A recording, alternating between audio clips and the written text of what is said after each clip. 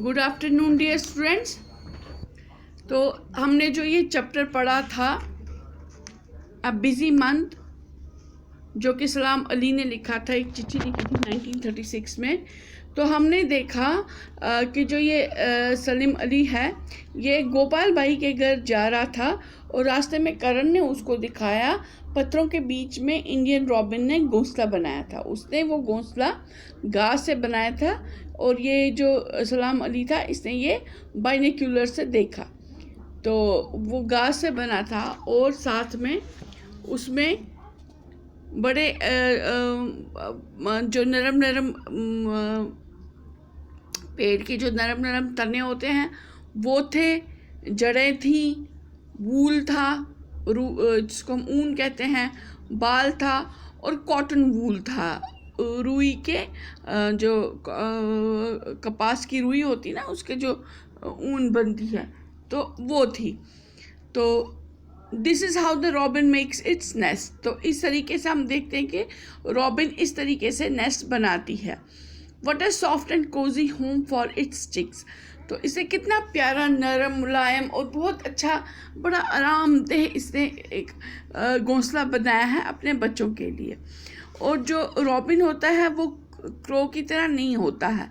Crow जो है वो अपना नेस्ट जो है वो पेड़ के सबसे ऊपर वाले हिस्से में बनाता है और वो सब कुछ इस्तेमाल करता है। वो उसमें तार के टुकड़े भी इस्तेमाल करता है और लकड़ी भी इस्तेमाल करता है। तो जो उसको मिले वो सब कुछ इस्तेमाल करके वो नेस्ट बनाता है। अब जो सलाम अली है उसने उसमें छोटा बच्चा भी देखा इंडियन रॉबिन का। उसकी नेस्ट में उसने छोटा बच्चा भी देखा और उसका मुंह खुला था, उसकी बीक खुली हुई थी, चोंच खुली हुई थी और उसका मुंह जो था, चोंच खुलने से उसका मुंह अंदर से दिख रहा था, वो लाल था। ये सारा बाइनोक्यूलर से देख रहा था। और इतने में रॉबिन, इंडियन रॉबिन आई और जो फीमेल थी, माँ थी इस चिक्की, इस बच्चे की, तो वो आई, उसने खाना उसके मुंह में डाल दिया। और इस शाम हो रही थी तो इसलिए फिर वो वहीं पर बैठ गई, बच्चों के साथ ही, वो अपने बच्चे के साथ ही वहीं पर बैठ गई। अब यहाँ पर एक नोट दिया हुआ है कि you know that the koel sings sweetly, do you know that this bird does not make its own nest, it lays its eggs in crow's nest, the crow hatches them along with its own eggs. तो जो कोयल होती है वो बहुत बहुत ही अच्छा गाना गाती है। कोयल वो बहुत मीठा मीठा गाना गाती है और वो अपना घोंसला कभी भी नहीं बनाती है। वो अपने अंडे कौवे के ही घोंसले में दे देती है और जो फीमेल कौवा होता है फीमेल, तो वही उसके अंडों को भी हैच करता है। तो उससे चूज़े निकलते हैं, उसके अपने, जब कौवे के अपने अंडों में चूज़े निकलते हैं तो उसी से उसके अंडों में भी, जो कोयल के अंडे होते हैं उसमें भी चूज़े निकलते हैं। क्योंकि कौवे को पता नहीं होता है कि ये मेरे अंडे नहीं हैं, तो वो उनको अपने अंडे समझकर उनको भी वो हैच करता है। ठीक है। There is a small tree nearby. यहाँ एक पास में ही एक छोटा पेड़ है और इसमें एक लटकता हुआ घोंसला है। अब हम देखते हैं जो परिंदे होते हैं वो अलग ही तरीके से, बहुत खूबसूरती इसके साथ बहुत अलग होते हैं। ये बहुत अमेजिंग होते हैं, बहुत ही अलग किस्म के और हमें हैरान कर देने वाले होते हैं ये परिंदे। जो कौवा है वो अपना जो घोंसला है वो बिल्कुल पेड़ के सबसे ऊपर बनाता है। जो डव है वो अपना जो घोंसला है वो कांटों की बीच में, या कैक्टस प्लांट जो कांटों से भरा हुआ होता है, ज़्यादातर हमें राजस्थान वगैरह एरिया में जो डेजर्ट एरिया होता है वहाँ पर उगता है। कश्मीर में भी कैक्टस उगता है। तो ये कांटे वाला पौधा होता है। तो इन जगह जो कांटे वाले पौधे होते हैं इन्हीं जगहों पे वो अपना घोंसला बनाती है। स्पैरो जो है वो मकान के आसपास, घर के आसपास कहीं पर घोंसला बनाती है, उधर वो उसको लगता है सेफ। या तो वो अगर घर के अंदर बनाएगी तो अलमारी के ऊपर बनाएगी, या छज्जे के ऊपर बनाएगी, या जैसे स्लैब होता है घर के बाहर खिड़की के ऊपर स्लैब होता है, उधर बनाएगी अंदर की तरफ। तो वो घर के ही आसपास या घर के अंदर या घर के आसपास ही वो घोंसला बनाती है। आप अगर देखोगे अपने घर के रूफ पे सामान रखा होगा, वहाँ शीशा रखा होगा, तो शीशे के पीछे भी घोंसला बनाएगी। तो कहीं पर छत पे के ऊपर भी कहीं पर अंदर की तरफ घोंसला बनाएगी। जो पिजन्स होते हैं कबूतर, वो भी घर की ही छत के नीचे अपना घोंसला बनाते हैं। तो हमारा जो मकान है, हमारा जो बाथरूम है, ऊपर खिड़की है, मैं अपने घर की बात कर रही हूँ। खिड़की ऊपर वो जो एग्जॉस्ट फैन के लिए वो बनाया था, खिड़की बनाई थी। अभी जब हमने एग्जॉस्ट फैन नहीं लगाया था तो उस पर कुछ भी नहीं लगा था, वो ओपन था। तो बच्चों फिर क्या हुआ, वहाँ से जब हम मकान बना ही रहे थे तो वहाँ से फिर उस जो वो जगह थी, वो बिल्कुल जो एग्जॉस्ट फैन के लिए जगह बनाई थी, तो उधर से वो खाली अभी फ़ैन लगा नहीं था, तो वो हॉल अंदर बाहर जाने के लिए ठीक था। तो वहाँ से परिंदे आते थे, तो ज़्यादातर वहाँ से कबूतर आता था। तो कबूतर आके ना, तो जो बाथरूम में ऊपर गीज़र लगाया था, तो गीज़र के ऊपर उसने घोंसला बनाया था। तो वो बहुत देर तक उधर ही था। तो ये मैंने खुद देखा है, हम सब ने देखा है, हमने कुछ भी नहीं छेड़ा नहीं। तो वहाँ पर उन्होंने अंडे दिए थे, फिर वो हैच हो गए, फिर उनके बच्चे निकले, फिर वो जो उनके पेरेंट्स थे उनने केयर की, उनकी केयर की। उसके बाद वो बड़े हो गए, तो फिर उनके पेरेंट्स तो उड़ गए, उन्होंने कहीं और घोंसला बनाया। तो ये जो बच्चे थे वो दिन भर उड़ के फिर वहीं पर आते थे, बड़े हो गए थे, फिर उन्होंने भी अंडे दिए, फिर उनके बच्चे भी वहाँ पर आ गए। तो फिर हमने फिर जब उधर फ़ैन वैन लगाया, तो फिर हमने उधर जब वो नहीं थे, वहाँ पर अंडे वंडे भी नहीं थे, तो बच्चे भी उड़ गए थे, तो फिर हमने वो घोंसला हटा दिया, क्योंकि नहीं तो वो फिर से वहीं पर आके बैठते। तो फिर हमने वो बंद, हमने कहा सोचा फिर ये बंद हो जाएगा तो फिर अंदर ही बंद हो जाएंगे, अंदर बाहर जाने की जगह नहीं रहेगी। तो हमने वो घोंसला हटा दिया फिर वहाँ से। तो ये मैंने मतलब खुद देखा है, अपना एक्सपीरियंस है कि कैसे अलग अलग बर्ड्स बनाते हैं। तो मैंने कबूतर का देखा है, तो वो मैंने एक्सपीरियंस आपके साथ बच्चों शेयर किया कि कबूतर का तो सामने अगर आप भी गौर से देखोगे अपनी छतों पे, जैसे कैनी होती है, कैनी के ऊपर आप देखोगे उधर ज़्यादातर ये कबूतर के जो होते हैं घोंसले बने होते हैं। तो वहाँ पर वो हर तरह के बच्चे भी होते हैं, फिर वो भी वहीं पर घोंसला बनाते हैं, फिर उनके बच्चे होते हैं वो भी वहीं घोंसला बनाते हैं। तो ये ज़्यादातर घरों के आसपास ही घोंसला बनाते हैं।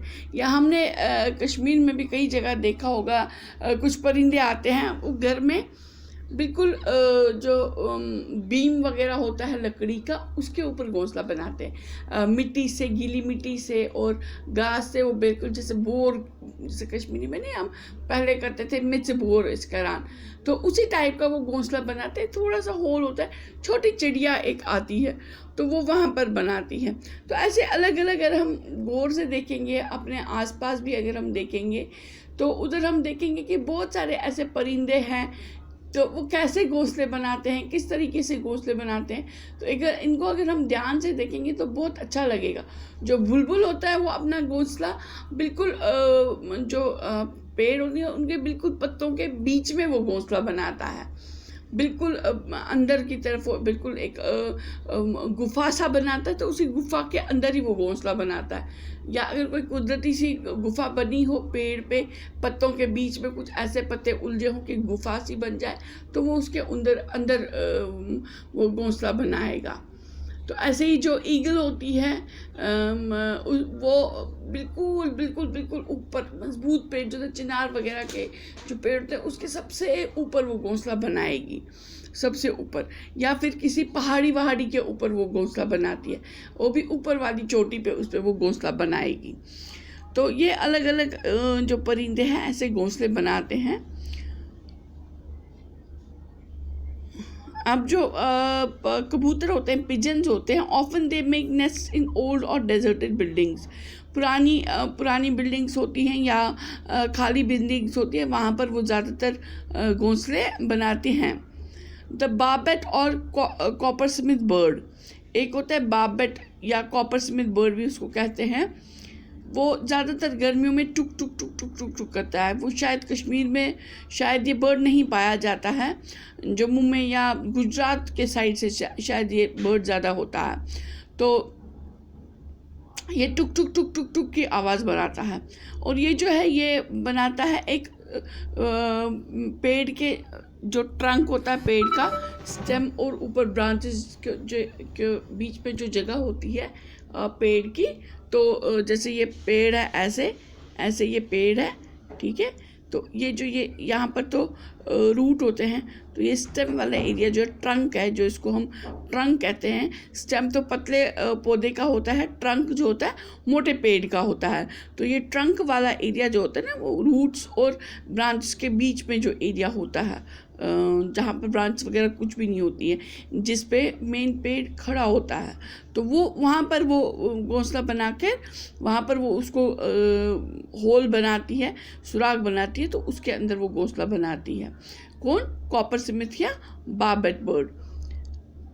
और जो टेलर बर्ड होती है वो उसकी जो चोंच होती है बहुत तेज़ होती है, और वो क्या करती है, वो पत्तों को जो बुश होते हैं, झाड़ियाँ होती हैं, झाड़ियों के पत्ते जो है ना आपस में उनको वो जोड़ के वो सिलती है, उनको वो सिलती है जैसे किसी दर्जी ने सिलाई की हो। तो ये इसकी खासियत है, तभी इसको टेलर बर्ड भी कहते हैं। तो वो उनको सिलती है आपस में और उसके बीच में अंडे देती है।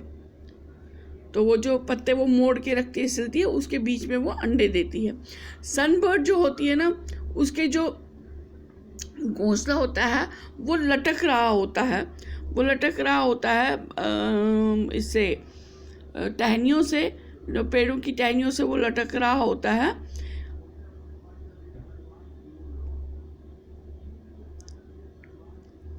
और इसका जो घोंसला बना होता है वो बालों से बना होता है, ग्रास से बना होता है, घास से बना होता है, सॉफ्ट सॉफ्ट जो टहनियाँ होती हैं पेड़ की, बिल्कुल सॉफ्ट ट्विग्स जो होते हैं उससे, सूखे हुए पत्तों से, कॉटन वूल जो होता है उससे, और ट्री का जो बाक होता है ना, ऊपर वाला छिलका जो उठता है ट्री का टंग का, उससे, और कपड़ों के कुछ छोटे छोटे टुकड़े वो लाती है, या स्पाइडर का जो वेब्स होते हैं ना, कॉब वेब्स, जो स्पाइडर के वेब्स होते हैं, तो वो भी वो लाती है, उससे भी वो ये सब से वो अपना घर बनाती है, ठीक है। तो ये किसने देखा, ये जब वो जा रहे थे शाम को, तो उसने जो सलाम अली था, तो उसने इस सनबर्ड को देखा कि वो इससे इस तरीके से अपना घोंसला बनाती हैं।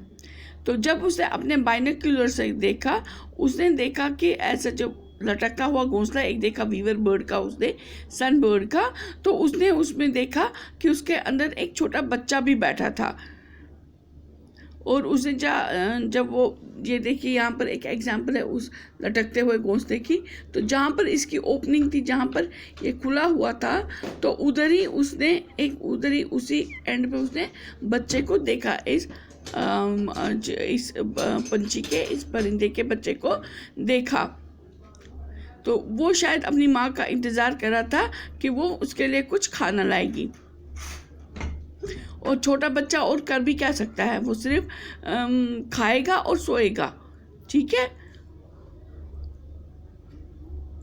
अच्छा, अब यहाँ पर एक और नोट दिया है कि वीवर बर्ड के बारे में क्या आपको पता है। जो वीवर बर्ड होते हैं वो जो उनके मेल होते हैं ना, वो घोंसला बनाते हैं। मेल्स जो होते हैं वो घोंसला बनाते हैं, वो भी वो लटकता हुआ घोंसला ही बनाते हैं, लटकने वाला ही। वो घोंसला हमें ज़्यादातर इधर पठानकोट या पंजाब साइड से भी देखने को मिलेंगे। वो घोंसले वो लटक रहे होते हैं, जंगल जैसा एरिया होगा या वो दलदल जैसा एरिया होगा, वहाँ पर आसपास वो पेड़ होंगे, तो उधर भी लटक रहे होते हैं वो घोंसले। तो वो ज़्यादातर मेल बनाते हैं और वो बहुत सारे घोंसले बनाते हैं। तो फिर जो फीमेल होती है उनकी, वो आके वो घोंसले चेक करती है, और जो घोंसला उसको पसंद आता है तो उधर ही बैठती है और उधर ही अंडे देती है, अपने अंडे उसी घोंसले में देती है। तो आज हम यहाँ तक पढ़ेंगे, इसके आगे हम नेक्स्ट वीडियो में पढ़ेंगे, ठीक है बच्चों। तो तब तक के लिए take care, stay home, stay safe. आप घर के आसपास भी देख लेना कौन कौन से परिंदे आपको दिखते हैं, उनके घोंसले कैसे बने होते हैं। जो भी दिखेगा तो आप उनके बारे में लिख लेना, नाम लिख लेना, और घोंसला किस किस चीज़ से बना है वो लिख लेना। या वो नहीं कर सकते, अगर फ़ोन अवेलेबल होगा आपके पास तो एक फ़ोटो खींच लेना उसकी, ठीक है। बर्ड्स की फ़ोटो खींचना, अपने घोंसलों की भी खींच लेना, और वो व्हाट्सएप पे भेज देना मुझे, ठीक है बच्चों। चलो, ओके, बाय।